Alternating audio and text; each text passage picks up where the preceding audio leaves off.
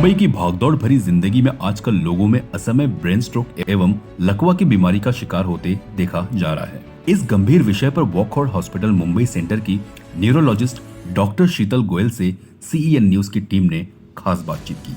आइए देखते हैं। Hello everyone. On the occasion of World Brain Day, which is celebrated every year on 22nd July, I am here Dr. Sheetal Goel. I am a consultant neurologist from Wockhardt Hospital, Mumbai Central. तो आज मुझे stroke के बारे में बताने को कहा गया है। देखिए, ब्रेन स्ट्रोक उस हर एक सिचुएशन जब पेशेंट मेरे पास सडन ऑनसेट कोई न्यूरोलॉजिकल डेफिसिट लेके आता है, उसको हम स्ट्रोक समझते हैं। अगर आप सिंपल लैंग्वेज में समझे तो सडनली पेशेंट का एक हाथ काम करना बंद कर दिया या लेग काम करना बंद कर दिया, पेशेंट को सडनली दिखाई नहीं दे रहा, तो उन सब को हम सडन ऑनसेट न्यूरोलॉजिकल डेफिसिट में लेके आते हैं और उनको स्ट्रोक की तरह देखते हैं। स्ट्रोक कई प्रकार के होते हैं। एक होता है इस्केमिक स्ट्रोक, एक होता है हेमरेजिक स्ट्रोक। जब खून की नली जो ब्रेन को सप्लाई कर रही है, अगर वहाँ पे अचानक से कहीं ब्लॉकेज आ जाता है और उसके बाद जो वो सप्लाई करता हुआ ब्रेन के टिश्यूज़ मर जाने लग जाते हैं, तो उसको इस्केमिक स्ट्रोक बोलते हैं। वही अगर वही खून की नली कहीं फट जाती है ब्रेन के अंदर, तो वो हेमरेजिक स्ट्रोक की तरह दिखता है। दोनों इस्केमिक और हेमरेजिक स्ट्रोक में प्रेजेंटेशन लगभग एक जैसी होती है। हमारी ब्रेन को हम 4 में डिवाइड करते हैं, एंटेरियर के 2 हिस्से और पोस्टीरियर के 2 हिस्से। अभी हम स्ट्रोक को वैसे भी सब टाइप में डिवाइड करते हैं कि पेशेंट को एंटेरियर सर्कुलेशन में स्ट्रोक आया या पोस्टीरियर सर्कुलेशन में स्ट्रोक आया। कॉमनली जो हम आज मतलब रेगुलर बेसिस में देखते हैं वो होता है जब खून की नली में ब्लॉक आकर ब्रेन की टिश्यू मरने पे जो स्ट्रोक आता है, जो जिसको हम इस्केमिक स्ट्रोक बोलते हैं, वो हम कॉमनली देखते हैं। लेकिन और भी कई प्रकार के स्ट्रोक होते हैं, जैसे वेनस स्ट्रोक होता है, वास्कुलाइटिक स्ट्रोक होते हैं, जो बहुत अनकॉमन होते हैं और जिसमें हम डे टू डे आज अगर हम उसके ऊपर चर्चा भी करें तो वो हमारे लिए इतनी इम्पोर्टेंस नहीं रखते। तो ये जो स्ट्रोक है ना, हम लगभग मैक्सिमम टाइम देखते हैं जब पेशेंट अपना 40 क्रॉस करता है, 50 क्रॉस करता है। क्योंकि अगर आप देखो तो मेजर रिस्क फैक्टर्स होते हैं, वो होते हैं अनकंट्रोल्ड हाइपरटेंशन, अनकंट्रोल्ड डायबिटीज़, ये मेजर रेस्पॉन्सिबल रीज़न होते हैं। कई लोगों में अनकंट्रोल कोलेस्ट्रॉल, हाइपर ट्राइग्लिसराइडेमिया भी देखा जाता है। वैसे तो कारण बहुत सारे होते हैं, पर अगर मैंने 100 स्ट्रोक देखे तो 80% इन कारणों के साथ ही आते हैं। वैसे स्ट्रोक यंग में भी हो सकता है, पर क्योंकि हाइपरटेंशन डायबिटीज़ हम ओल्ड एज में देखते हैं, थोड़े ओल्ड एडल्ट्स में देखते हैं, तो इसलिए मोस्टली स्ट्रोक आपके 40 to 50 ईयर्स में आते हैं। जहाँ तक सिम्टम्स की बात है, ये एक मिथ है सोसाइटी में कि मैडम मुझे तो स्ट्रोक नहीं हो सकता क्योंकि मुझे पैरालिसिस नहीं है। बट आप मुझे मानिए, मैंने कई ऐसे स्ट्रोक देखे और डायग्नोस किए हैं जिसमें पेशेंट आके मुझे बोलता है, मैडम मेरे अचानक से सेंस लॉस हो गया एक साइड में, या फिर अचानक से मुझे दिखाई नहीं दे रहा, या फिर पेशेंट के शब्द नहीं निकल रहे। पेशेंट बोल रहा है कि मैडम मैं बोलना चाहता हूँ पर शब्द नहीं निकल रहे, या फिर पेशेंट अचानक से बिहेवियरल डिस्टर्बेंस लाने लग गया, या फिर उसकी सेंसोरियम कम हो गई। ये सारे स्ट्रोक के लक्षण होते हैं। रिसेंटली अभी मेरे पास एक पेशेंट आया दुबई से, यहाँ पर अपनी फैमिली से मिलने आया था। सडनली उसने बोला, मैडम मेरी पूरी दुनिया घूमने लग गई, और वो स्ट्रोक निकला। तो ये आपको मैं इस आज के टॉक से आपको कन्वे करना चाहूँगी एक मैसेज कि किसी भी प्रकार का न्यूरोलॉजिकल डेफिसिट हो तो जनरल पब्लिक के तौर पे हमें उनको स्ट्रोक समझना है, जब तक एक न्यूरोलॉजिस्ट मेरी तरह आपको ये ना बोले कि ये स्ट्रोक है और इमीडिएटली हॉस्पिटल में आए।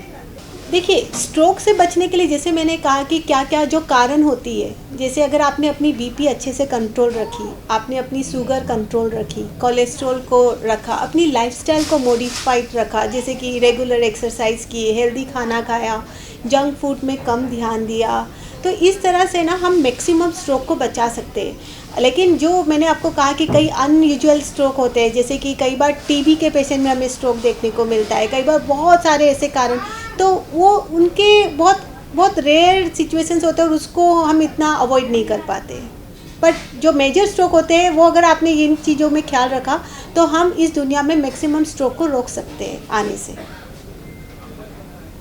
और दवाइयाँ, अगर आपको जो दवाइयाँ दी गई है, कई बार क्या होता है कि पेशेंट मेरे पास स्ट्रोक लेके आता है और मैं उनको कोई दवाई दी, वो छोड़ देते हैं उसको। वो बोलते हैं मैडम ने दवाई दी बट मैं तो ठीक हो गया, क्योंकि छोटे मोटे स्ट्रोक कई बार निकल जाते, ठीक हो जाते।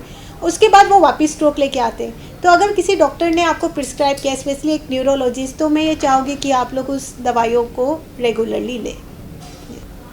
पहले के समय में अगर आप देखो 20 साल पहले कभी किसी को स्ट्रोक आता था तो डॉक्टर ये कहता था कि सर कुछ नहीं कर सकते, स्ट्रोक में हमारे पास बस ये टैबलेट है, ये खाइए, 6 महीना आपको बिस्तर में रहना पड़ सकता है, 1 साल बिस्तर में रहना पड़ सकता है। बट आज हम ऐसा नहीं कहते।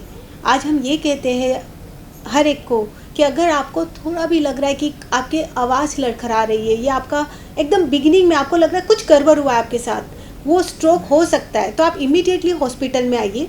क्योंकि अभी हमारे पास एक इंजेक्शन होती है जिसको बोलते हैं आईवी थ्रोम्बोलाइसिस, जो हम 4.5 घंटे के दौरान में दे सकते हैं। और मैंने कई मेरे ऐसे पेशेंट को देखा जो आए तो थे स्ट्रेचर में और चल के गए थ्रोम्बोलाइसिस के बाद। चलो थ्रोम्बोलाइसिस अगर नहीं भी कर पाए और आप 6 घंटे के दौरान में आए, या आजकल तो 24 घंटे तक भी किया जाता है, थ्रोम्बेक्टोमी करते हैं, जो खून की नस में खून जम जाती है उस खून को निकाल दिया जाता है। तो इस तरह से अभी हमारे पास काफ़ी सक्सेसफुल ट्रीटमेंट्स निकली है। तो अब हम ये नहीं कहते कि एक बार स्ट्रोक आ गया तो हमारे पास इलाज नहीं, हम ये कहते हैं कि स्ट्रोक जैसा अगर आपको लगे तो इमीडिएटली दौड़ के हमारे पास आइए। क्योंकि अगर आप 4.5 घंटे या 24 घंटे के भीतर आए तो हो सकता है हमारे पास ऐसी कोई ट्रीटमेंट हो जो आपको पूरी ज़िंदगी अपाहिज बनाने से रोक दे। देखिए, मैक्सिमम स्ट्रोक हम मेडिकली मैनेज करते हैं, उसमें सर्जरी की कोई ज़रूरत नहीं होती। सर्जरी बहुत कम जगह हम एडवाइस करते हैं। अगर आप बड़ी सर्जरी की बात करो जहाँ पे ब्रेन को हम एक साइड खोलते हैं, वो तभी हम करते हैं जब पेशेंट हमारे पास काफ़ी लेट आ जाता है, ब्रेन में ऑलरेडी बहुत सूजन बन गई होती है, सूजन कम करने की इंजेक्शन टाइमली शुरू नहीं की जाती है। तब पेशेंट का जान बचाने के लिए कि पेशेंट की ब्रेन नीचे सरक ना जाए, हम ब्रेन को एक तरफ से खोल देते हैं ताकि ब्रेन की सूजन इस तरफ खुल जाए और नीचे हर्निएट ना हो। ये मोस्टली एक लाइफ सेविंग प्रोसीजर होता है। इसमें हम स्ट्रोक जो डेफिसिट हो गया उसको हम नहीं बचा पाते। और जैसे मैंने आपको कुछ देर पहले कहा कि अगर पेशेंट 24 घंटे के भीतर आता है और बड़ी नली में खून जमा हुआ है तो उसको हम निकाल देते हैं, उसको हम थ्रोम्बेक्टोमी बोलते हैं। कई बार क्या होता है, पेशेंट मेरे पास बहुत छोटी स्ट्रोक लेके आती है, बस छोटा सा सिम्टम्स लेके आता है, लेकिन जब मैं खून की नली का जाँच करती हूँ, जिसको हम लोग बोलते हैं MR एंजियोग्राफी या CT एंजियोग्राफी, उसमें देखने को मिलता है कि 90% 80% क्रिटिकल स्टेनोसिस मिलता है हमें। उस केस में मैं अपने इंटरवेंशनिस्ट को बुलाती हूँ अपने टीम में, जो वहाँ पे जाके स्टेंट लगा देता है।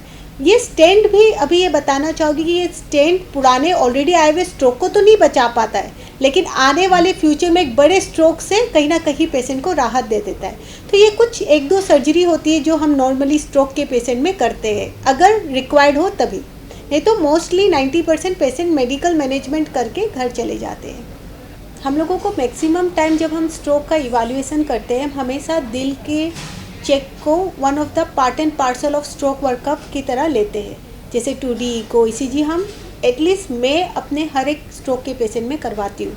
उसका एक बहुत इम्पोर्टेंट कारण है, हमने कई बार देखा है कि जब पेशेंट का दिल जो हार्ट बीट है अगर वो इरेगुलर मारता है, वो 2 प्रकार के होते हैं, जैसे एट्रियल फिब्रिलेशन, एट्रियल फ्लटर।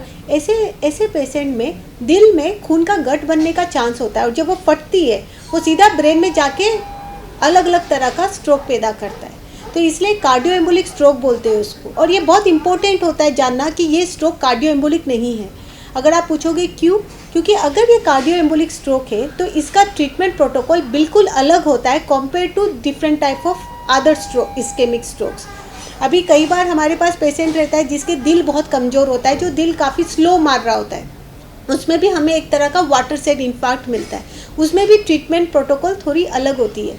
तो इसलिए ये इम्पोर्टेंट होता है एज ए न्यूरोलॉजिस्ट हमें जानना कि ये इस्केमिक स्ट्रोक या ये स्ट्रोक कार्डियो एम्बोलिक नहीं है।